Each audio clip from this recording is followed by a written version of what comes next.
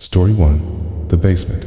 I worked nights as a custodian at a middle school for nearly 5 years, and most evenings it was just me, the hum of aging lights, and long, empty halls. At first, the silence was fine, but the basement always felt different in finished concrete corridors, rusty doors, and storage rooms choked with broken desks and old textbooks. The air heavy and damp, and the lights either flickering or dead, so I always carried a flashlight. One night, I had to fetch a stack of folding chairs from down there, and after standing at the stairwell trying to steady myself, I went down.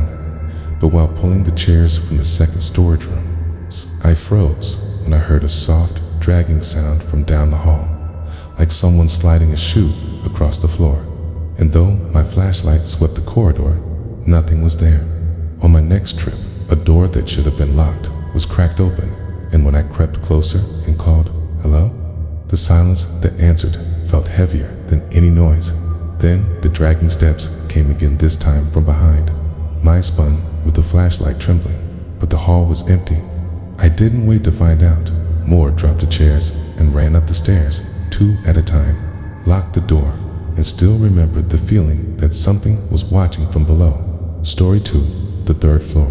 Later, working at a much larger high school with 4 floors. I covered a night shift alone once, and the third floor felt colder and quieter than the rest, full of disused classrooms and stacked boxes. While mopping, I noticed a classroom door cracked open, though I was certain I had locked everything earlier, and inside a stack of boxes had been shifted, leaving scuff marks on the tile. At first, I told myself I was tired, but when I passed later, the door stood wide, and the same box lay in the middle of the floor. And then, from the back of the room came slow, heavy breathing, not building creaks or pipes, but unmistakable breath. I slammed the door shut and ran to the stairwell, and although my supervisor later checked and found nothing, I know what I heard. So now I avoid that hallway whenever possible, and sometimes in quiet moments. I can still hear that low, steady breathing in my mind. Story 3. The auditorium. The school auditorium was the worst to clean. Huge, 3 tiers of seating, a wide stage, and heavy curtains, and even with lights on its corners, kept strange shadows. One winter night, I had to clean it early. And while sweeping the aisles, I heard faint steps on the stage, and later, low whispering from the balcony that sounded like someone calling from the dark.